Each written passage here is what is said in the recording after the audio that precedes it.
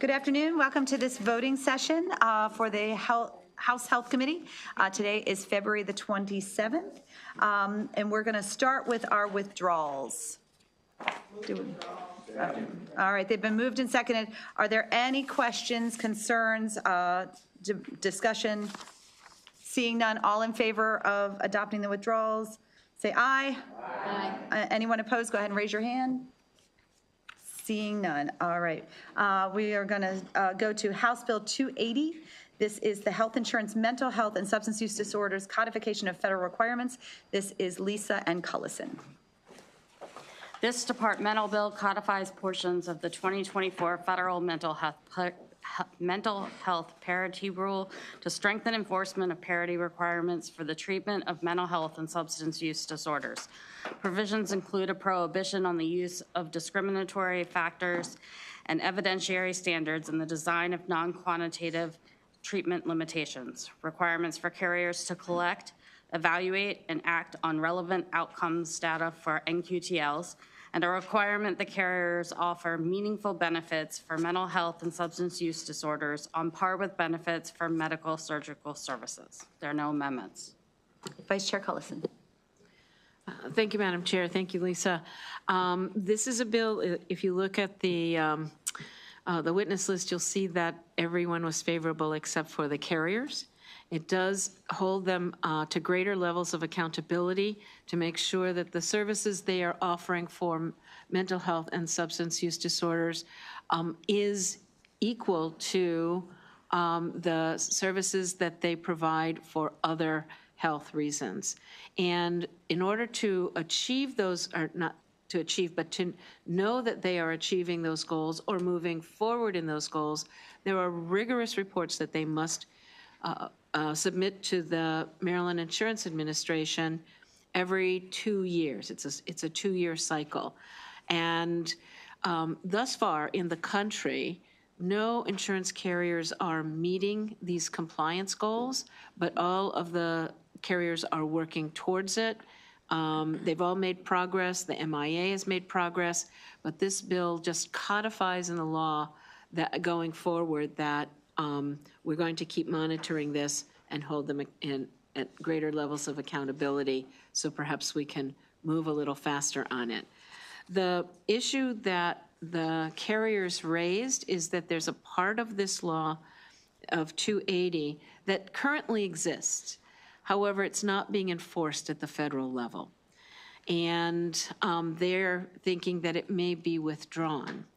However, what we would say is the state has the ability and, in fact, the responsibility to regulate mental health services and substance use disorder services and mental health parity. So this would be Maryland saying, we think this is important and we want to continue with the provisions as they currently exist. These are not necessarily new provisions. They're just leaving in a provision that has not previously been enforced by the federal government. The bill passed not unanimously, but with one opposition in the subcommittee, so I move the bill. It has no amendments. All right, the bill's been moved and seconded. Are there any questions or comments? Any further discussion? On the amendments or on there are no amendments. Delegate Shalega. Thank you. I see that the League of Health and Mental and Health Insurers of Maryland, I want to make sure I got their name right, had 6 points of disagreement with the bill, but I'll just pick one out specifically. Talks about, hold on, number 4, the requirement that a health plan provide, quote, meaningful benefits. Did you ever define meaningful benefits?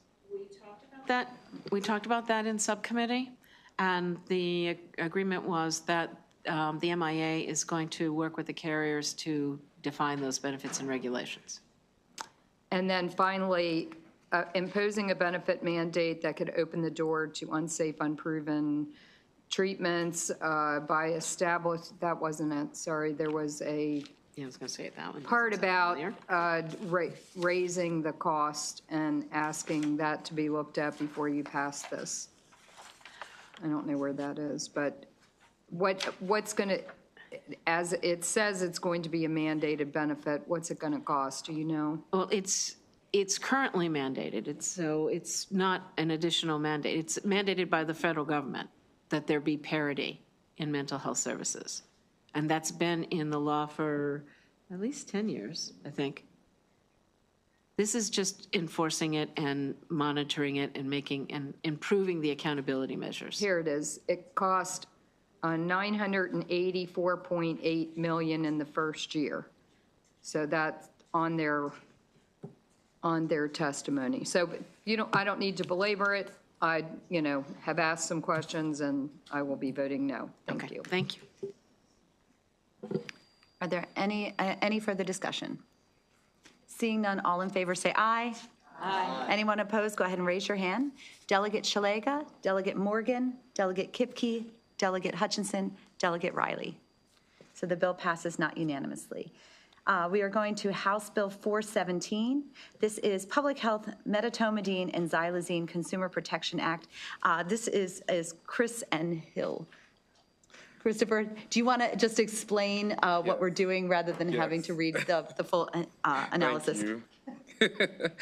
Originally, it was about retailers and distribution, sale, and exposure for sale of medetomidine and xylazine, but as amended and it came out of subcommittee favorable with amendments, the title is changed to Criminal Law Schedule 3, Controlled Dangerous Substances, medetomidine and xylazine, and designates those two drugs as Schedule 3 Controlled Dangerous Substances under the criminal law article. Delegate Hill. With the amendments passed unanimously and the bill passed unanimously. I move the bill? Oh, no, I move the amendments. Move the amendments. Correct me? All right, the amendments have been moved and seconded. Any discussion on the amendments? Delegate Kipke. Thank you, Madam Chair. Just if somebody could explain the rationale between selecting Schedule 3? Why is it appropriate for 3 and not the others? Yeah, so Schedule 3 means, it's probably not the right schedule, but we have a lot of things on Schedule 3. Schedule 3 generally means has no research or clinical value, but that's what we have a lot of medications that we have on Schedule 3, including cannabis is Schedule 3, and other medications. So I think the move was based on pattern rather than the definitions. Okay. But you're correct. Schedule 3 is supposed to say that it has no clinical value. And Delegate Hill, correct me if I'm wrong, it was also partly that, that a number of other states were also putting these substances on Schedule 3, and so this would create some consistency. Some across our consistency, states. but yes, Madam Chair, I think you're absolutely right, but I think to Delegate Kipke's point, if it's the wrong thing and they're doing it, do we do the wrong thing, or do we say actually Schedule 2 would be a more appropriate? Actually, you're overthinking it. Just looking for consistency. Okay. You're so smart. Thank you. Delegate Tavares. Thank you, Madam Chair. Sorry about that. I think that it also low to medium risk of addiction. I think that that's why it's being put there, but I agree that I don't think that it should probably be a Schedule 2. But eventually, somebody will pop out. But And if I can also add that that I did speak with the Department of Health. Department of Health confirmed that this would not be a problem for them to operationalize, and that I did also reach out to Judiciary, given that it puts it in the criminal code. They're not second on this bill, but we did still want to flag it with them. Their committee council has reviewed it, and everybody was in agreement that that we could move forward. So we have a motion on the amendments, correct? We're on the amendments. All in favor say aye. Aye. Anyone opposed, go ahead and raise your hand. Do we have a motion on the bill as amended? Second. All right, it's been moved and seconded. Any further discussion on the bill as amended? All in favor say aye. Aye. Anyone opposed, go ahead and raise your hand. We have a sponsor amendment. Go ahead and raise your hand, anyone who does not want to be on the bill. All right, everyone is on the bill. Thank you very much. All right, House Bill 457 up. We're going to hold that bill. It's on. I know it's on the list, but apparently there was a little confusion because we're second on the bill, and the first on the bill has not voted on it yet. So we're going to hold that and move to House Bill 564. This is business regulation, pet cremation, and burial services requirements, pet cremation and burial services, Consumer Protection Act. This is Lindsay and Rosenberg. So as introduced, this bill establishes numerous consumer protection and disclosure requirements for registered cemeterians, registered cemetery operators, or certain permit holders that sell or offer for sale pet cremation services of pet remains, and duties of persons responsible for returning pet cremains to owners after cremation. The bill also establishes penalties, and that a violation is also an unfair, abusive, or deceptive trade practice under the Maryland Consumer Protection Act. The amendments that begin on page 3 in your packet make technical changes to the bill to include the same consumer protection and disclosure requirements of the bill to crematories that are owned and operated by individuals regulated by the Board of Morticians, and also include provisions that adjust the drafting of those provisions contingent on the passage of another bill that's before the House right now that would move regulation of crematories wholly to the Board of Morticians. This was considered in Health Occupation Subcommittee. Delegate Rosenberg. We appreciate the support for this bill. She has pets already? No. The outcome for this bill was sealed when we were reminded about the 23 cats and dogs that were found in horrible shape on the one truck as evidence of the kind of misaction, the harm that could be done and needs to be assessed and would be corrected by this legislation. So it was unanimous action in the subcommittee, and I would move the amendments. All right, amendments have been moved and seconded. Are there any further discussion on the amendments? Seeing none, all in favor say aye. Sorry, Delegate Shalega. So it's a lot of amendments. I'm just reading over them. Wasn't there a pre-need? That's what I was, wasn't there some kind of contractual thing in this about pre-need? I'm sorry, I missed the subcommittee. Sorry. No. Do you want to just explain the complexity of the amendments again? Well, so I don't think that the amendments are discussing your question. I don't recall any issue with pre-need contracts. Okay, that might have been a different bill. All right, But thank the you. amendments are just they're long, but they're technical in nature. So the Okay. bill was originally drafted only to the business regulation article, and crematories right now are regulated both under the Office of Cemetery Oversight in the business regulation article and in the Board of Morticians under the health occupations article. So the first part of the amendments is just including these same disclosure requirements in the health occupations article for those crematories that are regulated by the Board of Morticians. And then the whole thing is double drafted. So you have a version A and a version B. Version A is if the bill being sponsored by Delegate Bandari and Senator Beitel does not pass, which that bill would move crematory regulation wholly over to the Board of Morticians. And option B is if that bill does pass, then these provisions will just appear in the health occupations article. So Okay. it keeps you all from having to come back and fix it next year. Good job, Lindsay. Thank you. I think it's our first if-then statement amendments. So we're on the amendments. Any further discussion on the amendments? All in favor say aye. Aye. Anyone opposed, go ahead and raise your hand. Do we have a motion on the bill as amended? All right, it's been moved and seconded. Any further discussion on the bill as amended? All in favor say aye. Aye. Anyone opposed, go ahead and raise your hand. Is there anyone who does not want to be on this bill? Delegate Morgan? Delegate Shalega? All right, thank you very much. We are moving on to, If I may, Delegate Hill. if I can go back to the previous bill, I misstated the schedule, and I wanted to clarify for the record. Schedule 3 is for drugs that have a potential for abuse that is less than those on Schedule 1 and 2, well-documented approved medical use. I said just the opposite, and evidence that abuse of the substance may lead to moderate and low physical dependence and high psychological dependence. So I want to correct that. Thank you for clarifying the record.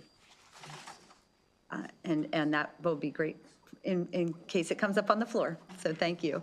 We are now on House Bill 619. This is the Interstate Podiatric Medical Licensure Compact. This is Lindsay and Rosenberg. This bill enters Maryland into the Interstate Podiatric Medical Licensure Compact. The bill establishes specified procedures and requirements for a podiatrist to practice under an expedited license in a member state, the composition, powers, and responsibilities of the Interstate Podiatric Medical Licensure Compact Commission, and requirements related to the oversight, enforcement, dispute resolution, defaulting, withdrawal, and dissolution of the compact. The bill is contingent on similar legislation being enacted in 4 other states. There were no amendments, and it was considered in Health Occupation Subcommittee. Delegate Rosenberg. We are prepared to wait for the other states to move, but this was a unanimous action of the subcommittee to move forward. So I move favorable. All right, the bill's been moved and seconded. Is there any further discussion on this bill? Seeing none, all in favor say aye. Aye. Anyone opposed, go ahead and raise your hand. All right, the bill passes unanimously. We are now on House Bill 625, Human Relevant Research Fund Collection of Contributions Responsible Entity. This is Chris and Hill. This bill requires the Maryland Department of Agriculture, instead of the Maryland Department of Health, to collect already required contributions from specified research facilities. As a result, the Secretary of Agriculture, instead of the Secretary of Health, must distribute the monies collected to the Human Relevant Research Fund, administered by TECO.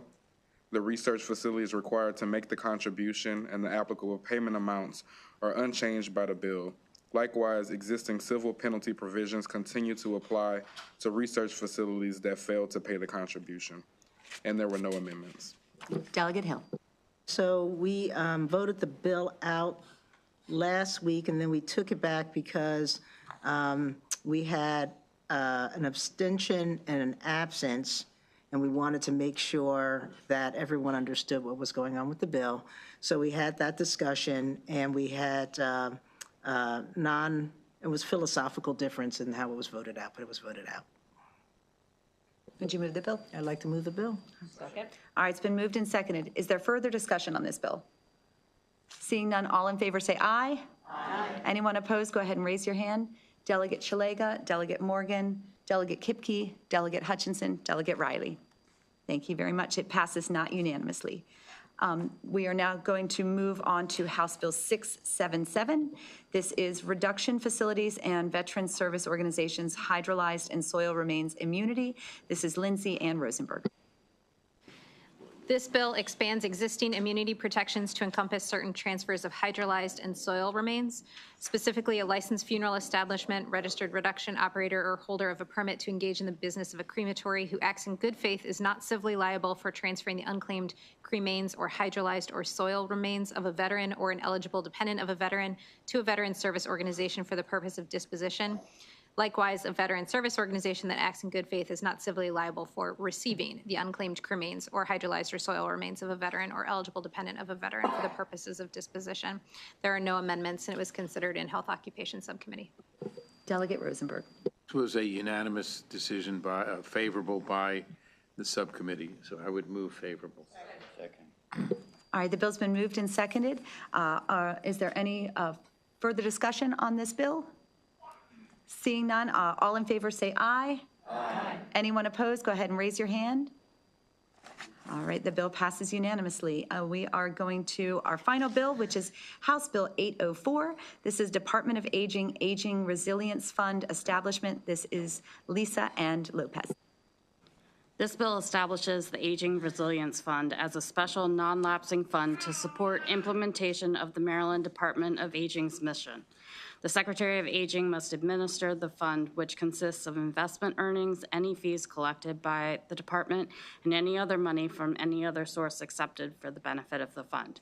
The fund may be used for expenses that align with the department's mission, including partnership development and program services or activities within the department.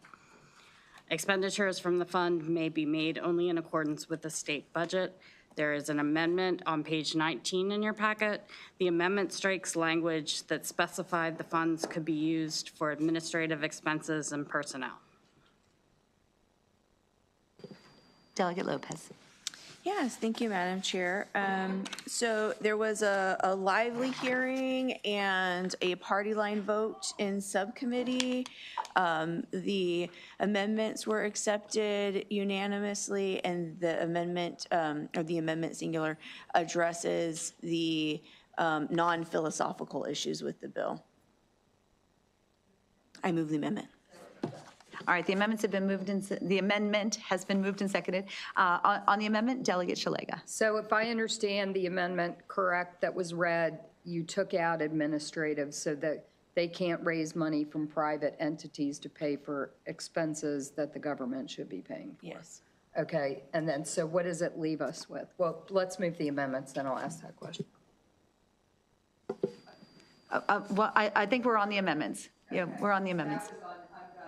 My question. Oh, okay. Gotcha. On the amendment, Delegate Kazoni. So can we just go over what the amendment does again, specifically? Because The amendment makes it so that any funds collected and put into this fund cannot be used for state administrative expenses. So the funds cannot pay for the administration of the fund. The monies cannot be used for the administration of the fund, I guess, to be a little bit more clear. okay, In order for I guess a different way of looking at it, in order for these monies to be used, it has to, the current existing administrative staff and structure has to support the spending down of these monies. Fund and funds is very difficult to keep straight in your head. Does that clarify? You look, would you like you. further clarification? no, I understand it. I'm just sort of interested in, because that language was clearly, at least based on, I guess, that was, who's the, are you the, who's the analyst on it? Is it? I felt like in the hearing, they talked specifically about that language being in the bill in order to sort of help the agency kind of oversee and manage this grant-making process. It's okay with the amendments. Okay, then good, I'm good to go, thank you. And so we are just, the original language said the fund may be used for administrative expenses that align with the department's mission, including personnel, partnership development, and any program, services, or activities within the department. Okay, we are striking 2 words, administrative and personnel.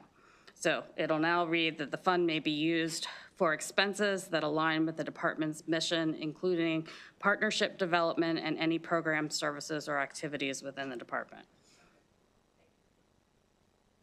Delegate Lopez. Thank you. Just speaking very generally, from my experience doing just a handful of fund bills in the past, a lot of time that administrative language is kept in there, so that way the fiscal note stays down. However, in this situation, the Department of Aging has said that they have the resources to administrate this fund, and so that's why this amendment was so easily accepted by them. Is there any further discussion on the amendment?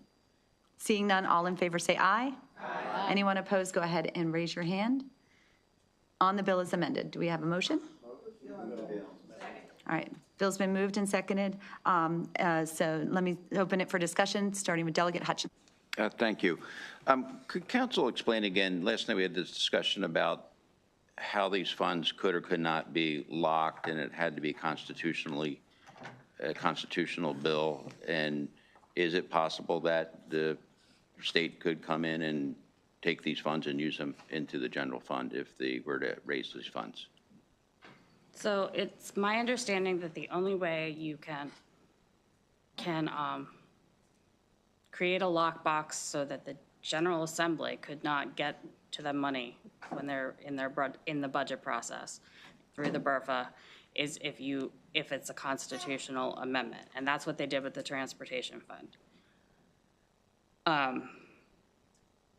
We can put in whatever language we want to, but in the bill, but it could get taken out through the BRFA, by appropriations or the other, through the budget process, so. Okay, thank you. Delegate Lopez. Thank you. And Lisa, isn't it also true that one of the complications of this bill is that it came in changing language in Comar versus constitutional language, and you have to actually introduce a bill that changes constitutional language from the beginning? A bill that changes Comar cannot be amended to change constitutional language. So if we want to do a lockbox next year, it has to originate in new legislation next session, because all of the deadlines have elapsed for that, unless we want to go through rules, and I don't want to do that.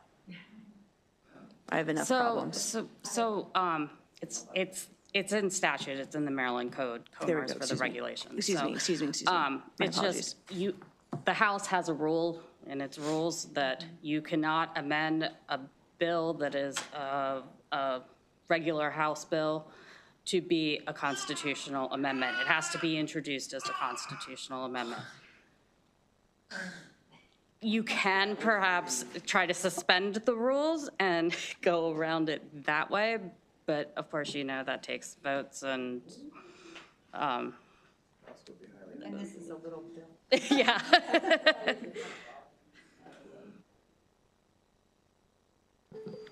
Is there any further discussion? Delegate Shalega. So if I'm understanding this correctly, this is a fund that's going to solicit private funds into this, what do they call it? The Resilience Fund or something, what's it called? And then ultimately, the governor could take those funds and put them in the general fund. Delegate Lopez. Sure. I mean, I suppose hypothetically that can happen because we don't have those lockbox protections on these funds, but it sounds like there's a will to do that, so we could do that next year. The real reason why these funds are needed is because there's a variable around federal funding. The state funding and like our continued commitment to the Department of Aging has remained the same. So right now, Department of Aging is about 5% of our state budget, and that has remained consistent. These funds are necessary because we have to make up the difference between the fluctuations in federal funding. So from the state's perspective, the commitment remains the same. I mean, I can't predict the future. We're not putting a protection on it, so I guess hypothetically that's true. But the state right now doesn't, the state's continuing its commitment. There's no changes with their, you know, there's no financial change from their perspective. Is this the first fund we're doing like this, where we're collecting private money? And, I mean, because the transportation federal funds have declined, are we going to start this for the department? I'm just wondering, is this a new trend to try to find private money to supplement government funds? Yeah, I would say in the case of this particular piece of legislation, there's been interest from philanthropic entities to step up in this role. And so this is a solution to a problem versus like a solution trying to find, you know, solicit money for other projects. Okay, my next question, it says that, and I don't know what section, that the secretary shall administer the fund. The fund is special non-lapsing fund that is not subject to state finance and procurement article. So what does that mean? Delegate Lopez, do you want to speak to the non-lapsing? Sure, yeah. And So why It's that's- not why the that's- non-lapsing, why I that's understand essential. that. Okay, then What's I'll leave the that too. procurement? How is it not going to be subject to the finance and procurement article? I mean, this is the same language that's in every fund. Okay. Lindsay, do you know specifically what that provision is? That's interest earnings being credited to the fund as opposed to the general fund. I'm sorry? That's interest earnings being credited to the fund as opposed to the general fund. Okay, so that procurement article code is just about the interest and where it goes, not about not having to follow procurement. It has nothing to do with procurement policy or anything like that. It's literally just the interest earnings from the fund. Okay, thank you. And are we going to get a report on this? To see where the money went? How much money did they get and where did it go?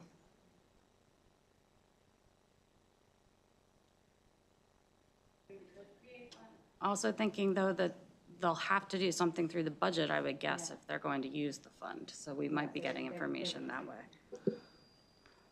I would think in the budget, it would just call it X amount of dollars for the, what's it called, Aging Resilience Fund. I don't, know if you want to know where that's going and how they're spending it. I think that might be useful. It's up to you.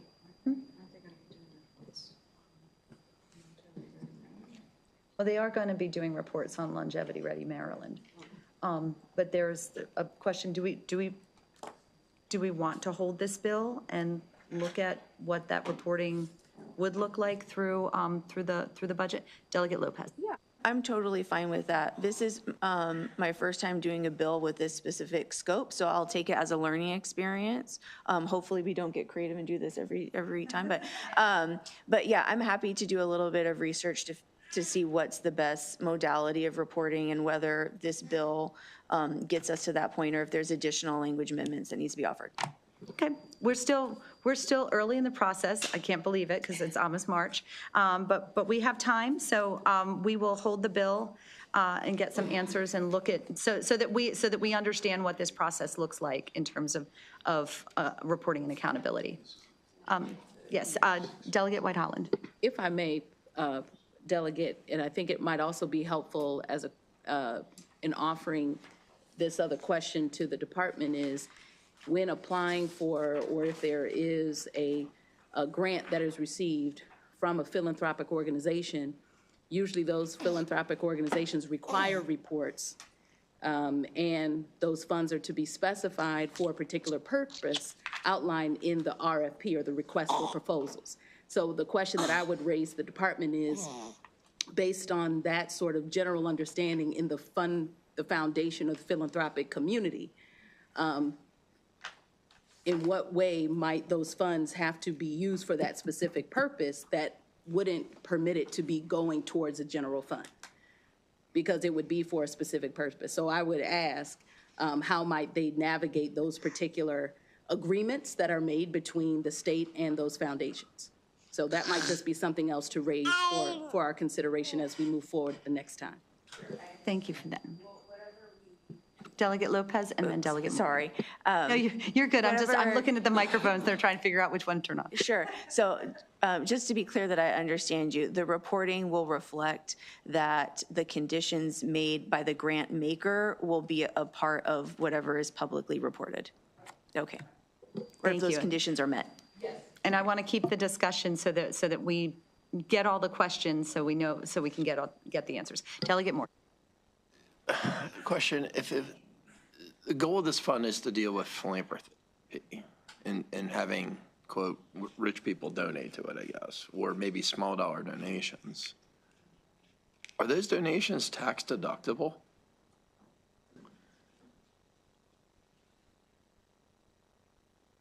And does that set up some type of prisoner's dilemma where you're having a tax deductible donation going to a government entity? We can clarify that. Okay.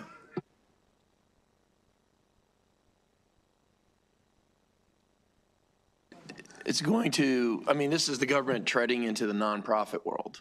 So it's mission creep at best, or at worst, I guess. And I guess it would be I don't know. I don't know how to answer that, because ultimately it's the government entity that's running this nonprofit and this fund. Just to clarify, and I think Delegate Lopez is probably going to speak to this too, it's not necessarily the government running the nonprofit. It's creating a fund that can support the work of the agency. That's what running means. Well, but they're to going be out clear, there and lobbying for money, and they're administering it. And I was going to say, and in the testimony, they spoke to the fact that this allowed them to simply leverage philanthropic dollars. But Delegate Lopez, I think you had more information. Sure. So both in terms of philanthropic entities and when we pay our personal taxes, it's on our, like, it's the tax filer that has to report those things. So unless, like, when you're filing your taxes, when it asks for, what charitable donations you've made in the past year, it will tell you explicitly what qualifies as a charitable donation. We're not changing that part of how people file their taxes. And we're not changing the conditions for philanthropic entities when they do their, tax compliance work, so. I guess what my concern is, and I'm just trying to think this through and how you do it from this would be the first fund that I know of that would be tax deductible by a taxpayer as they donated it to it correctly, that would be controlled by a government entity. Okay. And we're going to. That's what I'm saying. We're going to look into it. We're going to look into it because it's a good question to answer. Let me go to Delegate Tavares. Thank you, Madam Chair. If I recall correctly, I do believe that we already have something in place to kind of dovetail what Delegate White Holland mentioned. It's not only in the creation of an RFP, but also in the establishment of a memorandum of understanding with the agreed upon foundation. So we do currently have an agreed upon agreement with Arnold Ventures in addressing child poverty and looking at evidence-based data through Arnold Venture here in the state, across the state, with the monies that they're providing the state currently through the child poverty initiative that the governor has established. That was just issued a couple of months back. Is that through the Enough Act? Delegate Hill, followed by Hutchinson. All right, I just wanted, I think it informs the conversation a little bit in the conversation that Delegate Lopez, Chair Lopez will be having with the department. The fiscal note on page 3 says, MDOA notes that the department has limited authority to accept and spend philanthropic or private funds, and that the department is working with philanthropies to generate new investments to align with MDOH grant-making initiatives, services, and other efforts for the benefit of older Marylanders. And they project initial investments to the fund will be modest. To the point about if they collect money or they get grants from philanthropies, those are generally not-for-profits, so they generally don't have a tax issue. And so I hear maybe I'm not understanding the question, but I think that that's not a significant issue for this fund. And just to clarify, if I'm understanding, because I have the same questions, Delegate Morgan, were you speaking to like not philanthropic nonprofits, or were you speaking to individual donors when you were asking about the tax? I was talking about individual donors. So Okay, that's what I thought. Yeah. That was my So understanding. if a person or a business said, hey, you know what, this is maybe the department of agents helped out my parents. I inherited some of their money. I'd like to donate to the Department of Aging. Yeah, so we can- and I'm just trying to think of that. We can look into it and understand, to better understand the implications. Thank you. Delegate Hutchinson. Thank you, Madam Chair. And what keeps going through my mind is if Robert Wood Johnson were to give us $10 million and that purpose was to keep the Waxter Center open or keep aging centers open, and we did go and raid that money and take that into the general fund, what protects Robert Wood Johnson as well, that their contribution to the state of Maryland, I'm all in favor of, obviously, to support the aging community and getting funds to help these programs, but I just feel there's a uncertainty to me what protections do the philanthropic organizations have as well. Delegate Lopez. Sure. So to Delegate White Holland's point, many times when grants are given, they're very specific and they're restricted funds. So it's just a condition upon the grant maker providing those funds that they only be used for certain things. So that's one protection that the grant maker already has built into their proposal. Are you saying that is then enough protection to keep the state from coming and raiding that fund? That, I mean, that's the protection that every grant maker has when providing funds. That could be an issue with any philanthropic contribution, and that's why it's a part of the grant-making agreement, the contract, that they be restricted for certain things, right? Many times grant makers will have an interest in, say, like, public health or women's health or, health within a certain community, and so the funds will directly have to go to that. And if the entity receiving those funds uses it in a way that violates that agreement, then there's, repercussions for that, and that goes to whether you're a state or whether you're a nonprofit. Okay, thank you. And I think too, we want to make sure that we have an active role through the budget process. I really appreciate this discussion because I really appreciate that this committee is so committed to making sure that those funds go where they are intended to go, because it's really important. Are there any other questions? As I said, we're going to hold this bill. We're going to get some answers so that we understand the implications and how best to protect those funds and direct those funds. But are there any other outstanding questions for us to answer? All right, seeing none, this actually concludes our voting session for today. Thank you all so much for the great discussion, and let us know when we're down.